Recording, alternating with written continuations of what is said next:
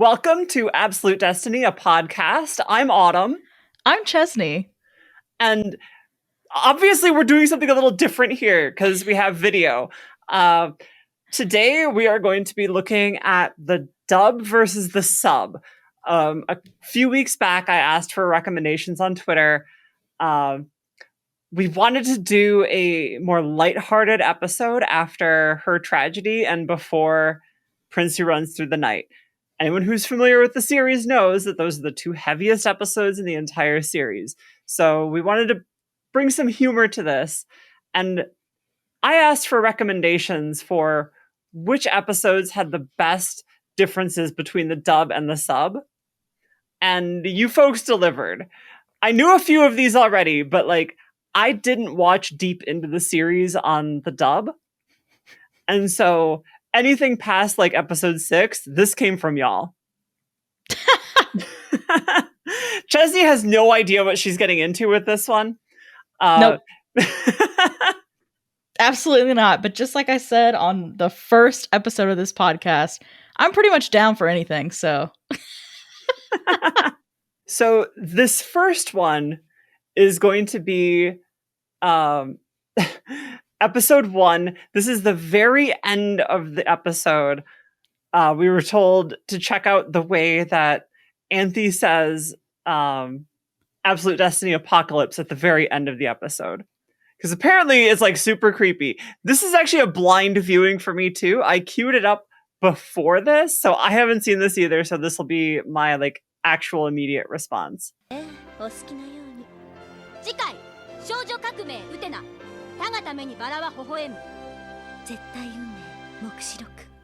Okay, so that was the sub. Now we're going to do the dub.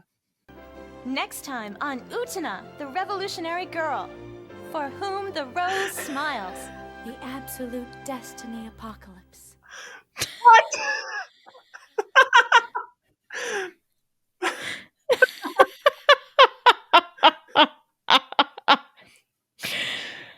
Okay, yes. Whoever told us to record that one, you were absolutely correct. That was definitely the right call. That was so creepy.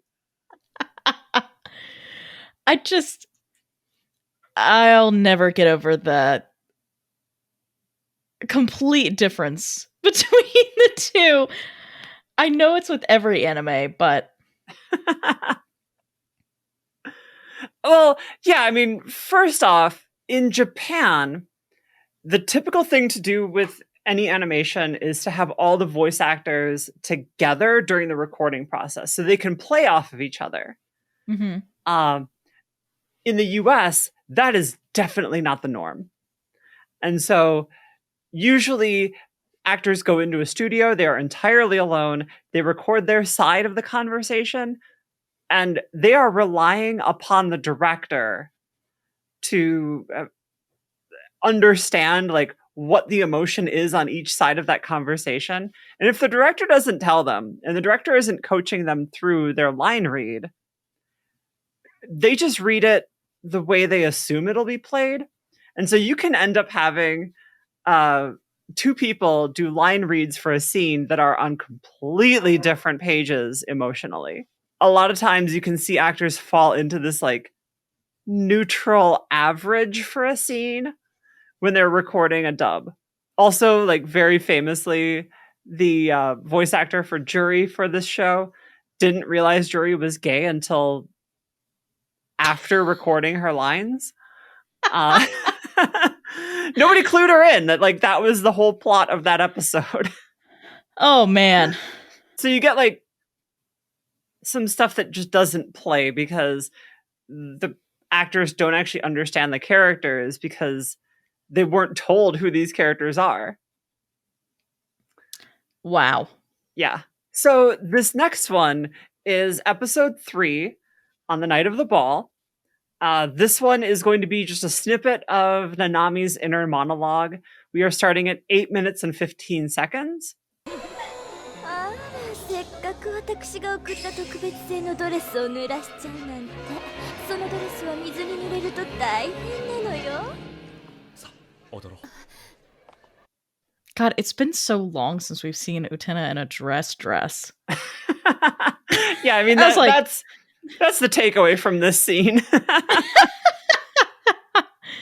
And now we have the dub. I feel like Nanami's voice actress does the best she can with this. I actually don't have much complaint about Nanami's voice actor specifically. Utena and Anthe just like really put me off the dub, which is why I never get more than like a few episodes in when I try and watch it. But I think this is one that'll really showcase Nanami as a voice actor. Oh dear, she got my special dress soaking wet. And look what's happening. Shall we dance? Stop it, please. All right, so what's your take on that? It's not horrible. I might be reading too much into this, but like weirdly sexual. Oh dear, she got my dress soaking wet. Like what?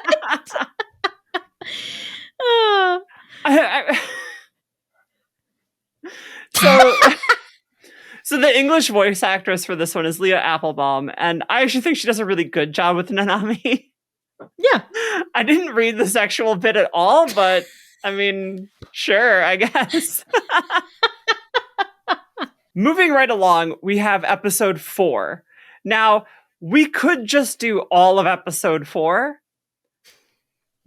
And this will happen again with episode 6, where the whole episode is good as far as like the dub goes. Rather, the whole episode is good for fodder as far as like the dub goes. Got it. So I've picked out the first time Nanami reveals one of her plans. This is her first plan to humiliate Anthe during their study time.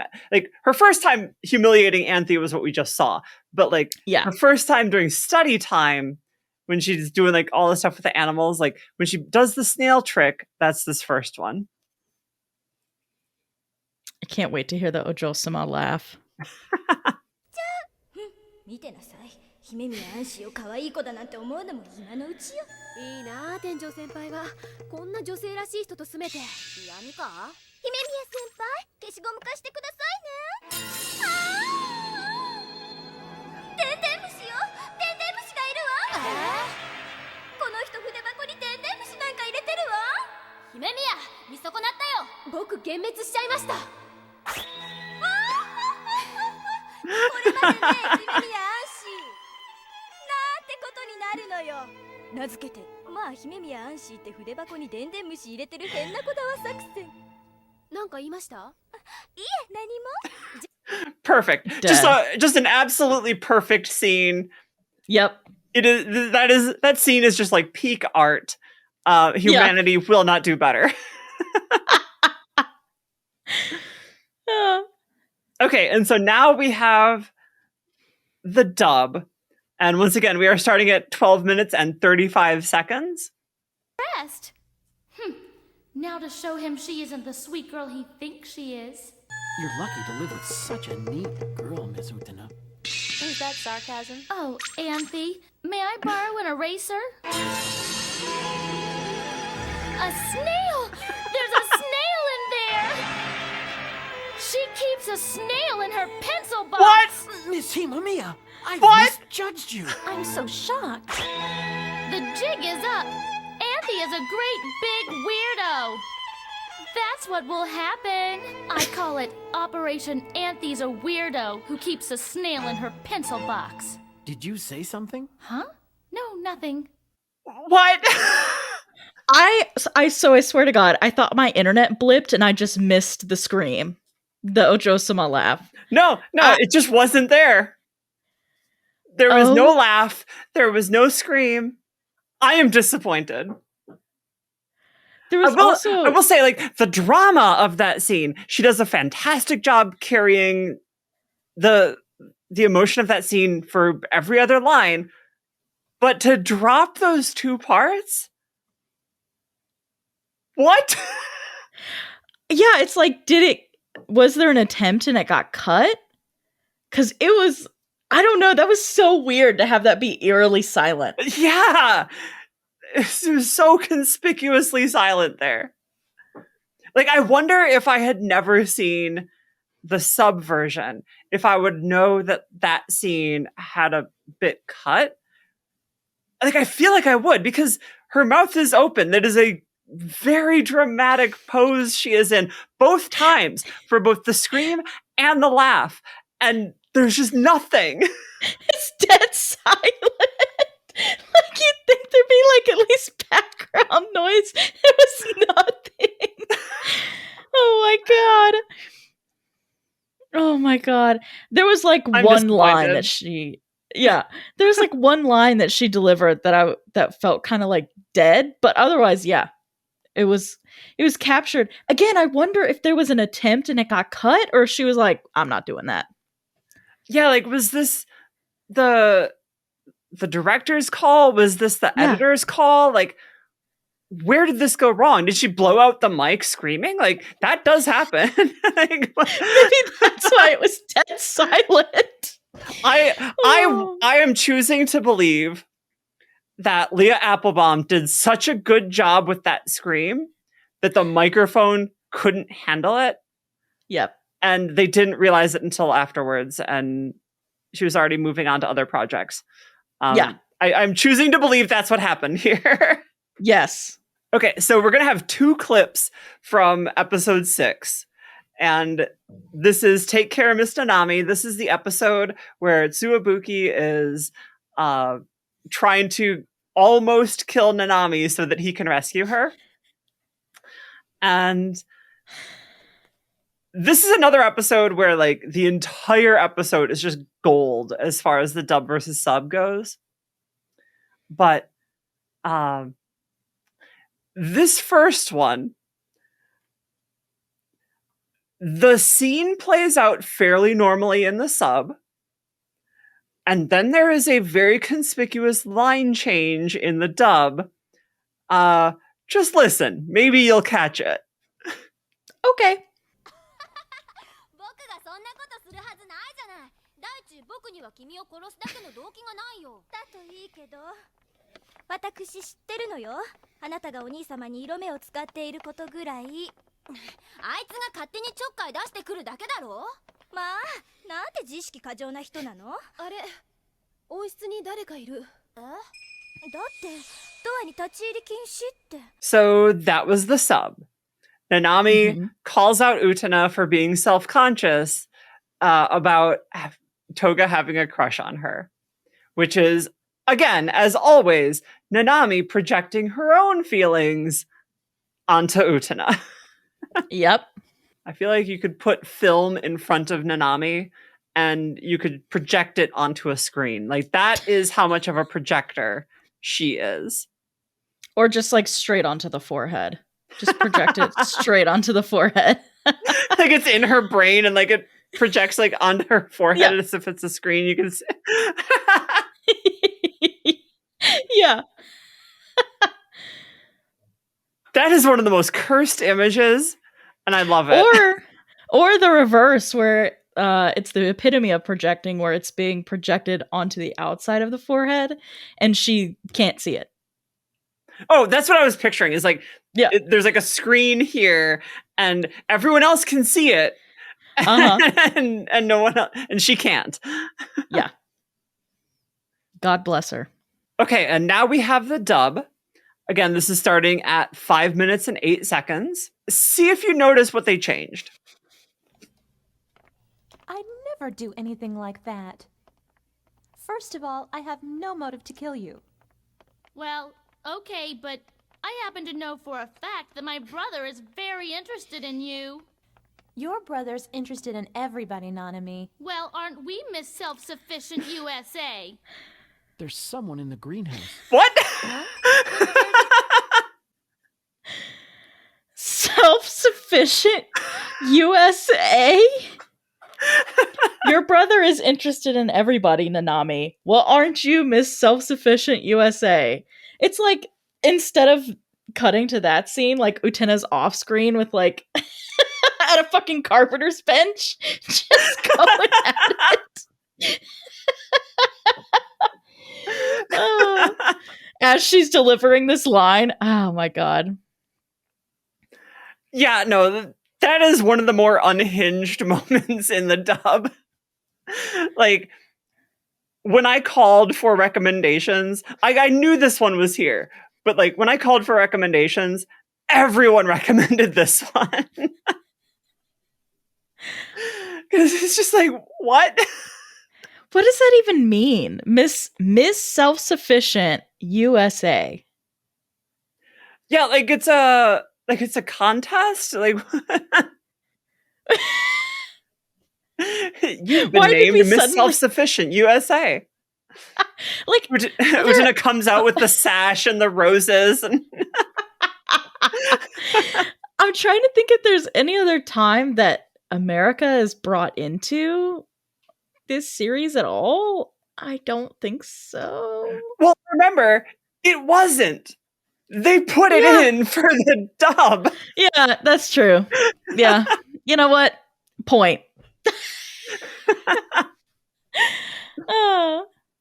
So we have another one from episode 6, and this one is the scene between Utena and Mickey that Saionji crashes and then just out of the blue decides he's going to tell them about the exchange diary that he has with Anthe.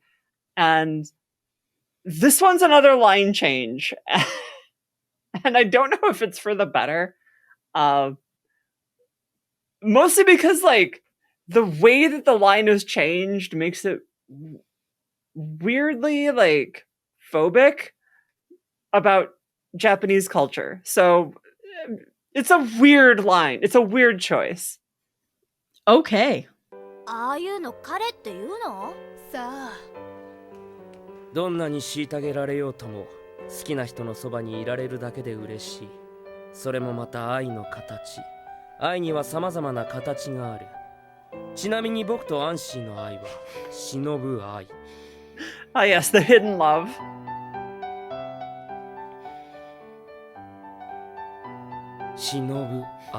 And then no one asked you. I was waiting for it. Oh. So they changed that line. Okay. In the dub. Is that how she treats her boyfriends? Who knows? No matter how you may be abused, you're always happy to be near the one you love. Okay, I actually love Saionji's voice actor. Love can take many different forms. For example, the love Anthe and I share is hidden love.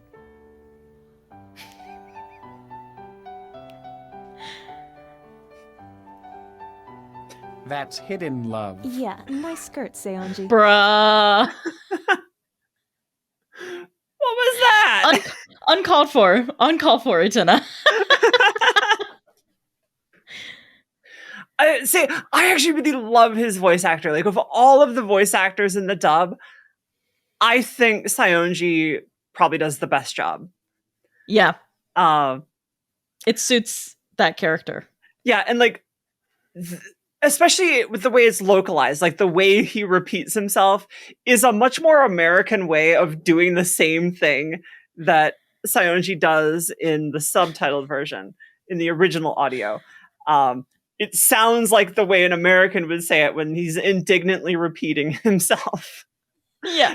Like, he's not trying to imitate the line read of the Japanese version. He's just doing it the way an American would say it. And I think that works a lot better. And that's a thing that he does throughout the dub that I don't feel like the other actors do as much. But that line changed, though. Yeah. Oh, man. Totally uncalled for.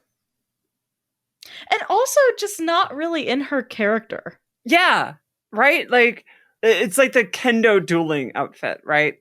Right. And so that is what men wear for this. Like, it's not a skirt in the way that we would think of it in America. And like, to call it out as that, I think speaks more to the translator who was localizing this and their state of mind and their like femphobia. The fact that they put that in Utena's mouth just kind of bothers me. Yeah. The character that constantly breaks gender norms is going to call out another character for wearing a skirt. Right. What? Nah. This is just totally out of character. Yeah.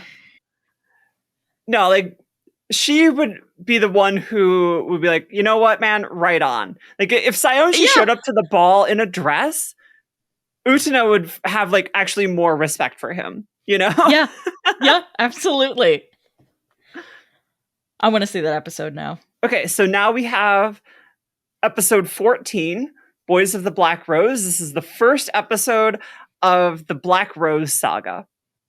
And with this one isn't so much like a difference in line read. This is more just an Easter egg for Chesney because I want to personally see if she recognizes this voice actor's voice.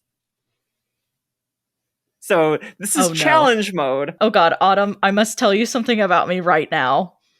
I'm so bad at recognizing the voice. Well, now we get to see it. Mm-hmm. So we are 8 minutes and 55 seconds into the episode, and this is going to be the first conversation between Mikage and Mamiya. ねえマミヤ、君はバラの花嫁になる資格があるそうだよ。それを言うなら花婿でしょ。僕は男の子だよ。君には花嫁の方が似合ってるよ。必ず君を本物のバラの花嫁にする。そしてディオスの力を手に入れ、永遠の秘密を僕らのものにするんだ。先輩がそう言うなら。So that was the sub. That's the version that we're familiar with. Now we're going to see if Chesney recognizes Mamiya's voice actor. Oh God. Okay. You know, Mamiya, I believe you deserve to be the Rose Bride. Surely you mean Rose Groom. I'm a boy. Do you get it? Do you recognize the voice? And then together we will gain the power of Dios and make his eternal secrets ours. If that's what you say, Soji. Even End of the World recognizes our potential, so we have nothing to fear. So off the cuff, it immediately sounded like Liam O'Brien. You got it! Hey! Yes. Yeah! I get to keep my full drawer full of Critical Role merch. Yeah, so for the listener, for the viewer, Chesney is a huge Critical Role fan. And so this was challenge mode for her to see if she picked up that was Liam O'Brien. It was, and you know what? It was a 1 in a million chance. It was like one word that he said where I recognized it. Because after he said the first line, I never would have got it. Yeah, I mean, this is from 25 years ago, right? Like, the fact that, one, he's still doing this, and two, he's on Critical Role. Yeah, like, all right. One of the listeners wrote in, knowing that you've mentioned Critical Role in the past, had to point out that that was this voice actor. I wouldn't have caught it.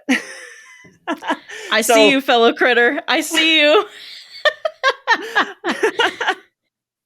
So thank you to whoever it was that wrote in.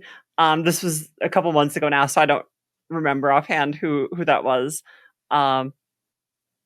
But yeah, so congratulations, Chesney, on getting that one right. I passed. I get to keep all of my Critical Role merch things. Yay! One of the voice actors that everyone has had good things to say about is Lisa Ortiz, who does the English dub of the character Shiori. And so we're going to be taking a look at a couple of scenes now that feature Shiori and Juri. So our last clip today, we didn't want to get like too far into any of like the later stuff, because like there are some real gems in episodes that we have not seen yet on the podcast. And so to avoid spoilers, we're not actually going to go through those, but I checked them out from the folks who recommended them. And I agree. Some of those are pretty good, especially in like the final episode. But obviously that's a huge spoiler, so we can't do that one today. Right.